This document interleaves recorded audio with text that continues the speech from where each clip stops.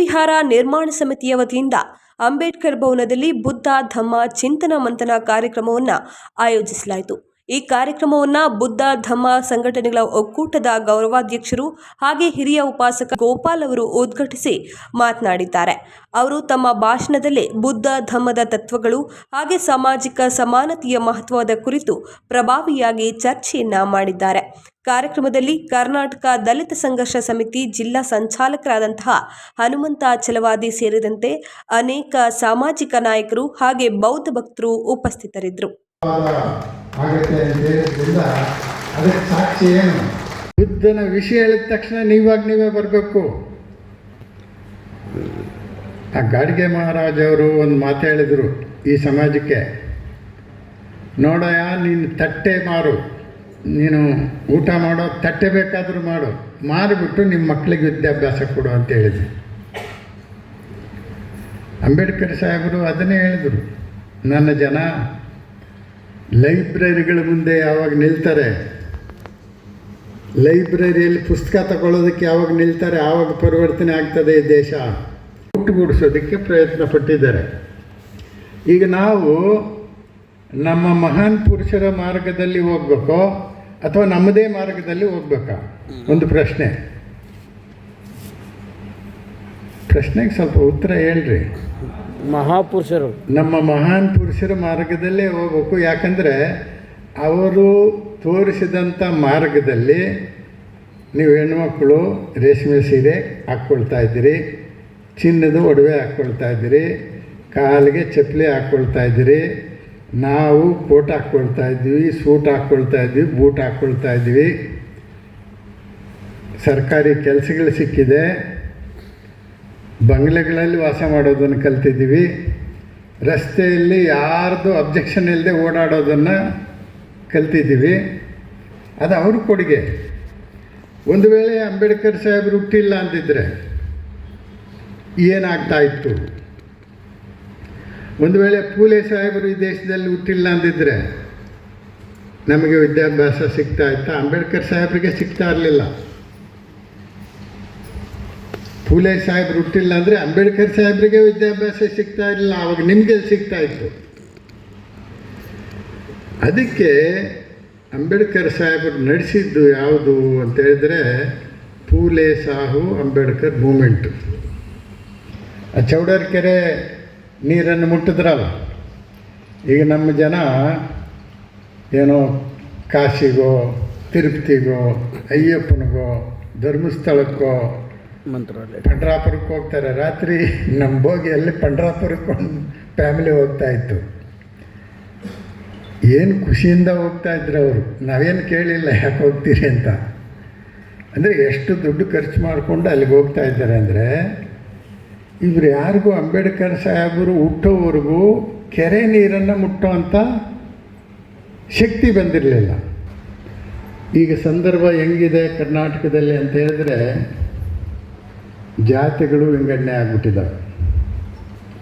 ಪ್ರತಿಯೊಬ್ಬನೂ ಜಾತಿನ ಇಲ್ಲಿ ಇಟ್ಕೊಂಡವ್ರೆ, ಇಲ್ಲಿ ಇಟ್ಕೊಂಡವ್ರೆ. ಆದರೆ ಜಾತಿಗಳಿದೆಯಾ ಅಂತ ಕೇಳಿದ್ರೆ ನೀವೆಲ್ಲರೂ ಇದೆ ಅಂತಲೇ ಹೇಳೋದು. ಇಲ್ಲ ಅಂತ ಯಾರು ಹೇಳ್ತೀರಿ? ಜಾತಿಗಳ ಕೈ ಎತ್ತಿ. 1 2 3 4 5 ಇನ್ನೆಲ್ರಿಗೂ ಜಾತಿ ಇದೆ. ಒಂದು 150-200 ಜನ ಇದ್ದೀರಿ, ಇದರಲ್ಲಿ 5 ಜನ ಜಾತಿಗಳಿಲ್ಲ ಅಂತ ಹೇಳಿದಿರಿ. ಇನ್ನು ಮಿಕ್ಕಿದವ್ರಿಗೆಲ್ಲ ಜಾತಿ ಇದೆ ಅಂತ ಅರ್ಥ ಆಯಿತು, ಹೌದಲ್ಲ? ಜಾತಿಗಳನ್ನು ಕಂಡುಹಿಡಿಯೋದೇ ಹಾಗೆ. ಇದು ಭಗವಾನ್ ಬುದ್ಧರ ಮುಂದೆ ಬಂದಂಥ ಪ್ರಶ್ನೆ. 2600 ವರ್ಷಗಳಿಂದನೇ ಈ ಪ್ರಶ್ನೆ ಬಂದಿತ್ತು. ಈಗ ಜಾತಿಗಳನ್ನು ನಾವು ಯಾವ ರೀತಿ ಕಂಡುಹಿಡ್ತೀವಿ? ಪ್ರಾಣಿಗಳನ್ನು ನೋಡಿದ ತಕ್ಷಣವೇ ಇದು ಇಂಥದ್ದೇ ಪ್ರಾಣಿ ಅಂತ ಹೇಳ್ತೀವಿ ಅಲ್ವೋ? ಈಗ ನಿಮ್ಮ ಸಣ್ಣ ಮಕ್ಕಳನ್ನು ಕರ್ಕೊಂಡೋಗಿ ಒಂದು ಗ್ರೌಂಡಲ್ಲಿ ಒಂದು 50 ಜಾತಿ ಪ್ರಾಣಿಗಳನ್ನು ನಿಲ್ಲಿಸ್ಬಿಟ್ಟು, ಈ ಮಗು ಇದು ಏನೇನು ಹೇಳು ಅಂದರೆ ಅದು ಹೇಳ್ತದೆ. ನಾಯಿನ ನೋಡಿದ್ರೆ ನಾಯಿ ಅಂತದೆ, ಕತ್ತೆ ನೋಡಿದ್ರೆ ಕತ್ತೆ ಅಂತ ಹೇಳ್ತದೆ, ಹಸುನ ನೋಡಿದ್ರೆ ಹಸು ಅಂತ ಹೇಳ್ತದೆ, ಹಂದಿ ಇದ್ದರೆ ಹಂದಿ ಅಂತ ಹೇಳ್ತದೋ ಇಲ್ವೋ? ಎಲ್ಲರೂ ಹೇಳ್ತಾರೆ ತಾನೇ. ಅದೇ ಜಾಗದಲ್ಲಿ ಒಂದು 50 ಜನ ನಿಲ್ಲಿಸ್ಬಿಟ್ಟು ಯಾರಾದರೂ ಸೈಂಟಿಸ್ಟ್ಗೋ, ಡಾಕ್ಟ್ರಿಗೋ, ಪ್ರೊಫೆಸರ್ಗೋ ಇಲ್ಲ ಲೀಡ್ರಿಗೋ ಕಳ್ಸೋಣ ಅಲ್ಲಿ. ಇವ್ರ ಜಾತಿನ ಯಾವ್ಯಾವ ಜಾತಿ ಅಂತ ಹೇಳೋಕ್ಕೆ ಸಾಧ್ಯ ಇದೆಯಾ? ಬೇಡ. ಈಗ ಡಾಕ್ಟ್ರುಗಳು, ಸೈಂಟಿಸ್ಟ್ಗಳು ಬ್ಲಡ್ ಟೆಸ್ಟ್ ಮಾಡ್ತಾರೆ, ಯೂರಿನ್ ಟೆಸ್ಟ್ ಮಾಡ್ತಾರೆ, ಟೂಲ್ ಟೆಸ್ಟ್ ಮಾಡಿಬಿಟ್ಟು ಕ್ಯಾನ್ಸರು, ಕರೋನಾ, ಮಣ್ಣು ಮಸಿ ಕಾಯಿಲೆಗಳನ್ನ ಕಂಡುಹಿಡಿತಾರೆ. ಯಾವನಾದರೂ ಬ್ಲಡ್ ಟೆಸ್ಟ್ ಮಾಡಿ, ಯೂರಿನ್ ಟೆಸ್ಟ್ ಮಾಡಿ, ಟೂಲ್ ಟೆಸ್ಟ್ ಮಾಡಿ ಜಾತಿನ ಕಂಡುಹಿಡಿಯೋಕ್ಕೆ ಸಾಧ್ಯ ಇದೆಯಾ? ಇದನ್ನು ನೀವು ಸ್ವಲ್ಪ ದೀರ್ಘವಾಗಿ ಚರ್ಚೆ ಮಾಡಬೇಕು. ನಾವು ಅಷ್ಟು ದೂರದಿಂದ ಬಂದು ನದಿ ಜೊತೆಯಲ್ಲಿ ಹೋಗಲ್ಲ, ಅದು ವಿರುದ್ಧ ಹೋಗ್ತದೆ. ಹದ್ದು ಈಗಲ್ಲೂ ಗಾಳಿಗೆ ವಿರುದ್ಧವಾಗಿ ಹೋಗ್ತದೆ. ನಾವು ಯಾವುದೋ ಒಂದು ಮೂಢನಂಬಿಕೆಯ ಸಿದ್ಧಾಂತದ ಜೊತೆಯಲ್ಲಿ ಹೋಗ್ತಾ ಇದ್ದೀವಿ. ಅದೇ ನೀರಲ್ಲಿ ಏನು ಹೋಗ್ತವೆ? ಡೆಡ್ ಬಾಡಿಗಳು, ಸತ್ತೋಗಿರೋ ಮೀನುಗಳು, ಆ ಕಡ್ಡಿ ಕಸ ಇದೆಯಲ್ಲ, ಅದು ನೀರು ಜೊತೆಯಲ್ಲೇ ಹರ್ಕೊಂಡೋಗಿ ಎಲ್ಲ ಹೋಗ್ತವೆ. ಆದರೆ ಬದುಕಿರೋ ಮೀನುಗಳು ಅದಕ್ಕೆ ವಿರುದ್ಧವಾಗಿ ಹೋಗ್ತವೆ.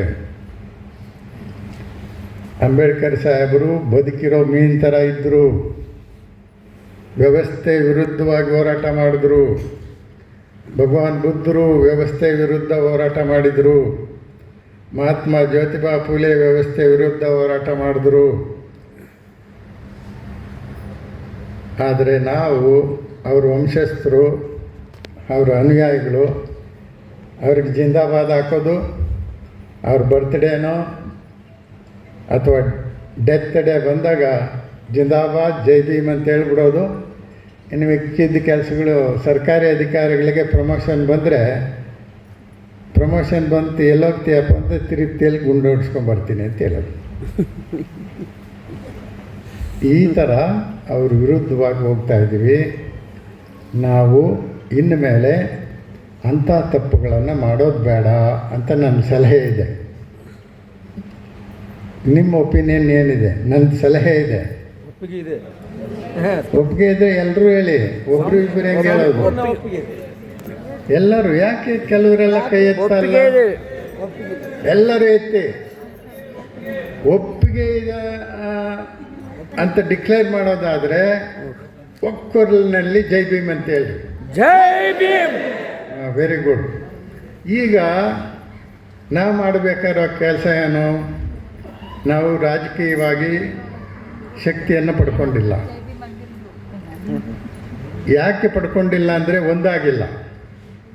ಜಾತಿಗಳಾಗಿ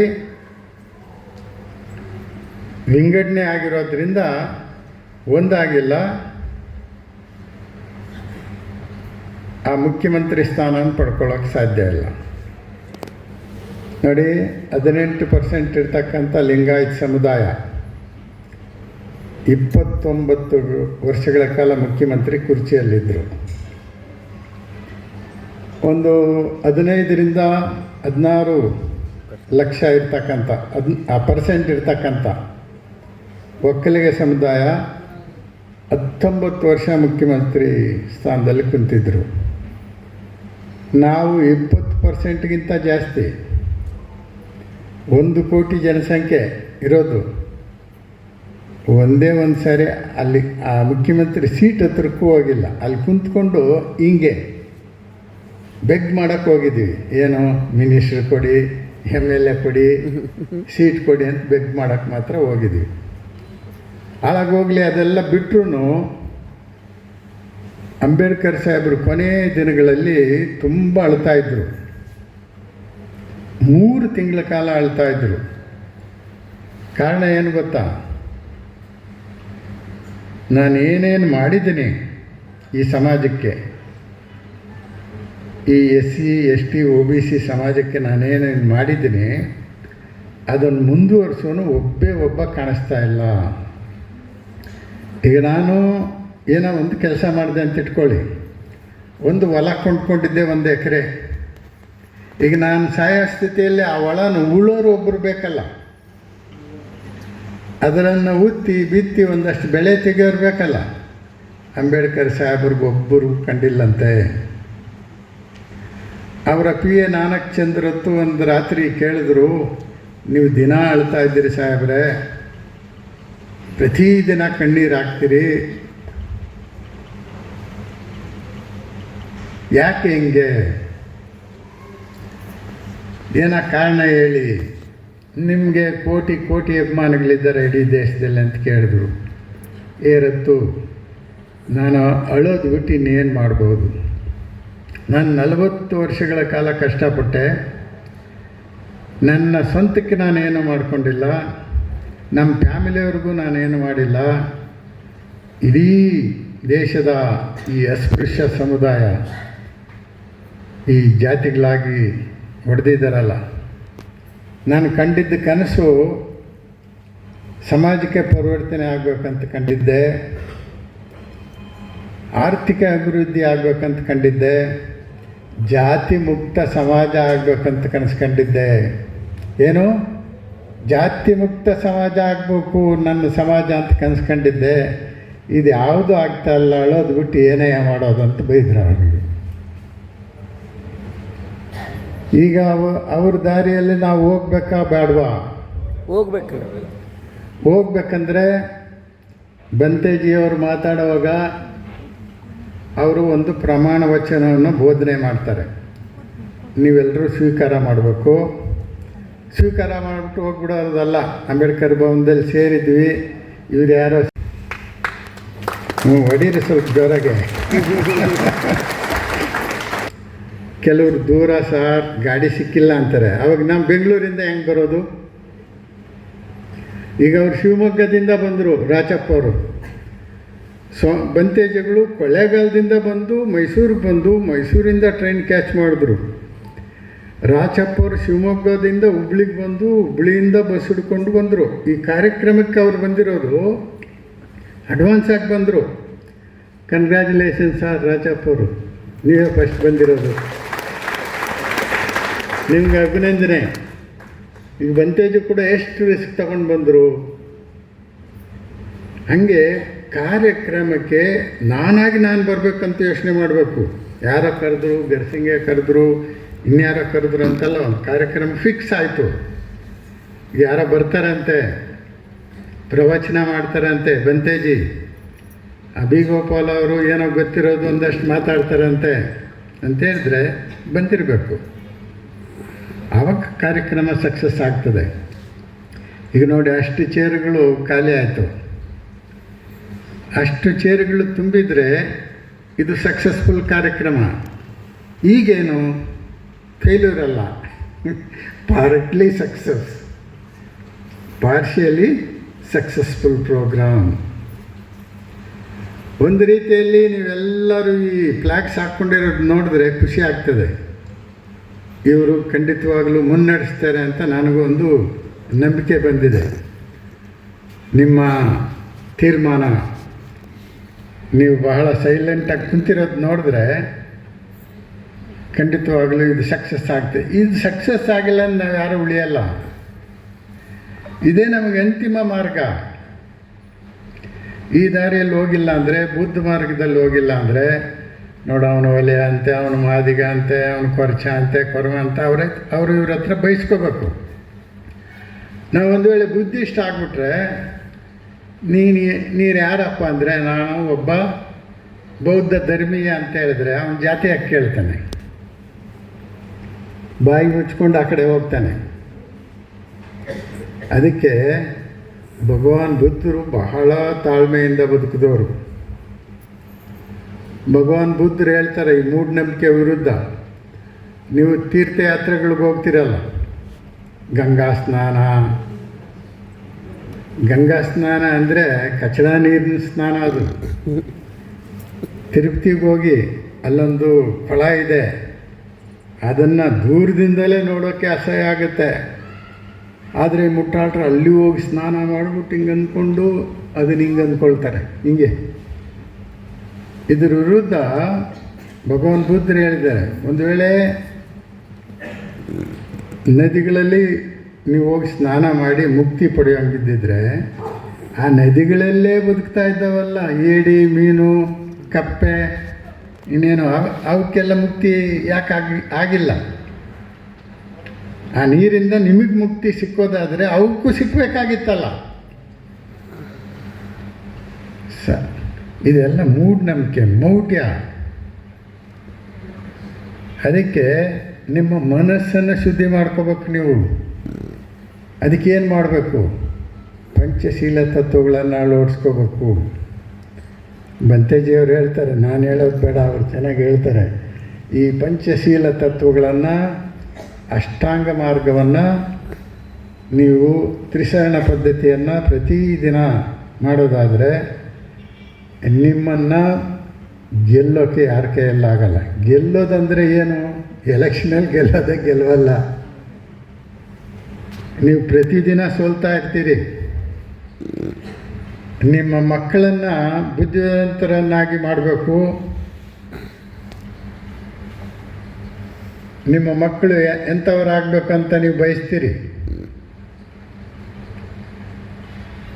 ಒಂದು ವೇಳೆ ನಿಮಗೆ ಹೆಣ್ಣು ಮಗಳು ಹುಟ್ಟಿದರೆ, ನಾನು ಹೇಳೋದು, ಆ ಹೆಣ್ಣು ಮಗಳನ್ನು ಸಾವಿತ್ರಿಬಾಯಿ ಫೂಲೆಯಾಗಿ ಮಾಡ್ತೀನಿ ಅಂತ ತೀರ್ಮಾನ ತಗೋಬೇಕು ನೀವು. ಒಂದು ವೇಳೆ ಗಂಡು ಮಗು ಹುಟ್ಟಿದ್ರೆ ಫೂಲೆ ಸಾಹೇಬರು, ಅಂಬೇಡ್ಕರ್ ಸಾಹೇಬರು, ಪೆರಿಯಾರು, ನಾರಾಯಣ ಗುರು, ಈ ಥರ ನನ್ನ ಮಗನನ್ನು ಒಬ್ಬ ಮಹಾನ್ ಪುರುಷನನ್ನಾಗಿ ಮಾಡ್ತೀನಿ ಅಂತ ತೀರ್ಮಾನ ಮಾಡಿದ್ರೆ ಏನಾಗ್ಬೋದು ನಮ್ಮ ಜನರ ಕತೆ? ಈಗ ನಾವು ಅಸ್ಪೃಶ್ಯತೆಯಿಂದ ನರಳಾಡ್ತಾ ಇದ್ದೀವಿ, ಅನೇಕ ತೊಂದರೆಗಳಿಂದ ನರಳಾಡ್ತಾ ಇದ್ವಿ. ನಮಗೇನೂ ಇಲ್ಲ ಅಂತ ಹೇಳ್ತೀವಿ. ನಮ್ಮ ಹತ್ರ ದುಡ್ಡೇ ಇಲ್ಲ ಅಂತಾರೆ ನಮ್ಮ ಅಫಿಷಿಯಲ್ಸು. ಪ್ರೋಗ್ರಾಮ್ಗಳಿಗೆ ದುಡ್ಡು ಕೊಡೋಲ್ಲ. ಬಾರ್ಗೆ ಹೋಗುವಾಗ ಇವರಿಗೆ ದುಡ್ಡು ಬಂದುಬಿಡುತ್ತೆ.